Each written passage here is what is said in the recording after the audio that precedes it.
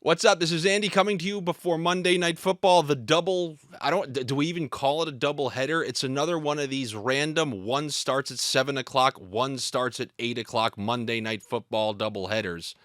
Nobody wants to watch a game at 7 o'clock. Wheel of Fortune hasn't even hit the air yet, and you can hear the ice cream man outside. And if you're one of these people I've been seeing who are just saying to yourself, come on, man, I need picks already. I'm still waiting for the picks.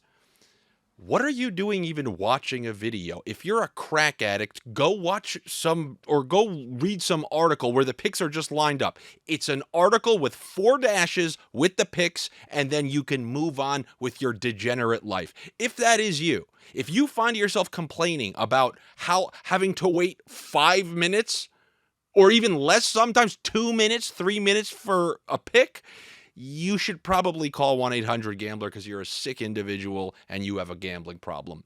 But fortunately, somebody will be there to help you out with that problem. It ain't going to be me because I despise everybody who writes that in the comments section. As far as I'm concerned, I don't know how our Sunday picks went because, as always, I try to record this before they happen so I can come in with that level. You guys know you have that Sunday, that early Sunday excitement. You think this is the week that's going to change you. One of you guys thinks you're Charlie Bucket. You entered one ticket into the millionaire. Grandpa Joe entered a second one, and you think you're going to see Willie after this Sunday. So we're all excited. And that's kind of where I am, and that's the energy I'd like to provide for you guys in this video. Last Sunday, great. Thursday, even better. Hopefully, today, Sunday, went your way as well. But as far as Monday goes, we got 2 games. We got the Rams. They're going to Cincinnati in what is Joe Burrow going to play or not play? I got some things there, but there's something I'm going to focus on in this Tampa Bay-Philadelphia game. You got Philadelphia going to Tampa Bay. Philly's had a couple extra days to prepare. These teams have played quite a few times in the last few years. How's Baker Mayfield going to do against an opponent that's actually pretty goddamn good? Almost as good as the BetMGM promotion they have going on. I mean, sometimes the transition is perfect. $10, if you're a new user, you get $200 in free bet credits. I was reading in the comments, somebody put one of their $25 on like a Gabe Davis touchdown. I don't know if that was last week or they did it yesterday, but if it was last week, that hit, you got plenty. Now you got to do the same thing. Go over to BetMGM. There's a link in the description of this video where if you sign up, you bet 10, you get 200 to put on whatever you want. If you did it right now and you put 10 on something from this Philly game, who knows? Maybe you can put the full 200 on the later game once we get some Joe Burrow updates, because that's what my bets are going to revolve around in that game. But this first game, I mean, does it sound like a broken record already? Week 1 duds are week 2 studs, and week 1 and 2 mediocrity that was George Kittle on Thursday night. Who is it tonight? The guy that was caught yelling on the sidelines at his quarterback, his best friends with his quarterback, one of the alpha receivers in the NFL last year, off to a really slow start. Yes, that's right. That's A.J. Brown. I'm going to take the over on A.J. Brown receiving yards.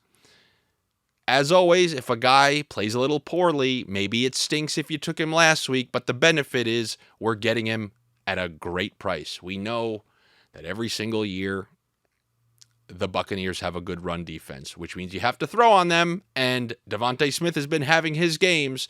I think it's A.J. Brown's turn, and also Dallas Goedert. Everyone was on him week 2, didn't work out. Week 3, if you bet Dallas Goedert week 2, he owes you money. Now come to collect week 3. So those are the 2 guys on the Eagles side of the ball. The over on receiving yards for Dallas Goedert, over on receiving yards for A.J. Brown. I do think one of those guys gets into the end zone as well. Probably A.J. Brown. Wouldn't be surprised if Goddard did as well. I wouldn't touch with the running backs in that game. I know you saw Swift go off, but Gainwell was their feature back week 1. He didn't play week 2. And I know it's just simple to say, oh no, they're just going to ride with Swift. They probably should, but they probably won't if we know how the Eagles have handled their running backs in previous years. So I would stay away from those. On the Buccaneers side of the ball, they've played well through the first 2 weeks, defying what I, along with many other people, have thought that Baker Mayfield would provide for this offense. I mean, I've called him the star ruiner. DJ Moore couldn't do anything with him. Odell Beckham couldn't do anything with him. Christian McCaffrey who's productive with anybody and everybody, couldn't be productive with Baker Mayfield. He was the star ruiner to me. And he hasn't been that these first couple of weeks. But guess what? I don't trust him still. Once I see you for years, I don't trust you after 2 good weeks. We'll see how this one goes. But I like those 2 bets on the Eagles players, with my favorite being the A.J. Brown over on receiving yards. The spread is 5 in that game. You know me. I'm not taking the 5, but I will do Eagles money line. If you want to juice up the A.J. Brown with the Eagles money line, put that in a same game parlay. That gets you to plus money, which you can take over to the second game. And the big unknown is Joe Burrow. My particular opinion is that the Bengals haven't been playing well. Even if Burrow was 100% healthy, I'd say, I don't know what's going to happen in this game. They were pretty awful to start the year last year. They were pretty bad through like 6 weeks last year. So even if he was completely healthy, the way the Rams have been playing week 1 and 2, I would have no problem taking the Rams with the points. And now the fact that we can do it. So if Burrow plays, I still kind of would be okay with the Rams and the points. Their offense is obviously clicking. They gave the Niners everything they could handle. I wish it was at 3, because now it's down to 2.5, because I feel like there are rumblings that Burrow isn't going to play.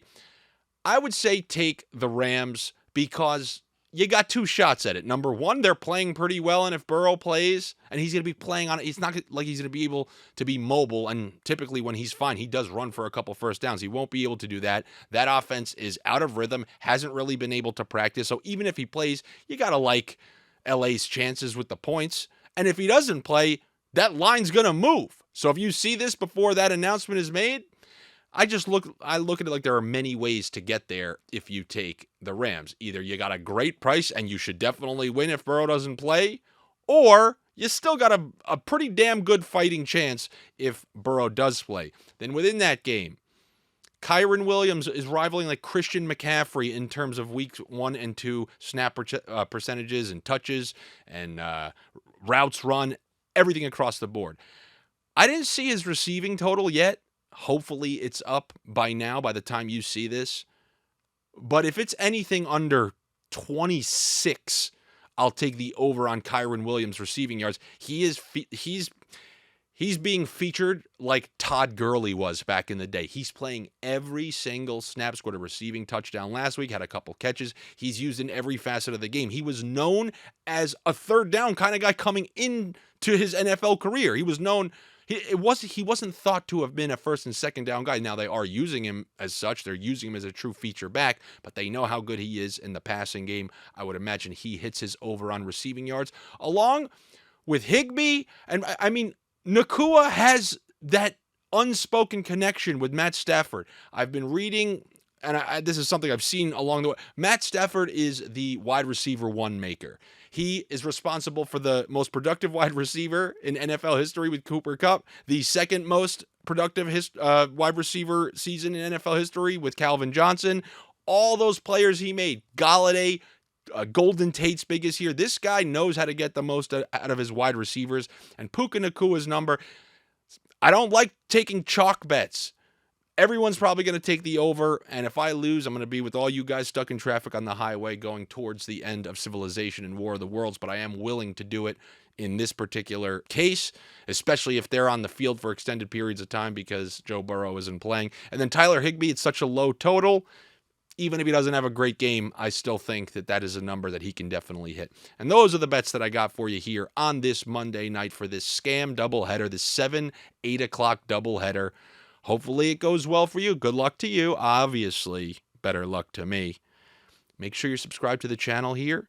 Come follow me on social media. It's at Andy Francis. And also, that's my YouTube name as well. At every single platform, YouTube, Instagram, TikTok, you name it, it's at Andy Francis. I will see you guys in a couple days for Thursday Night Football.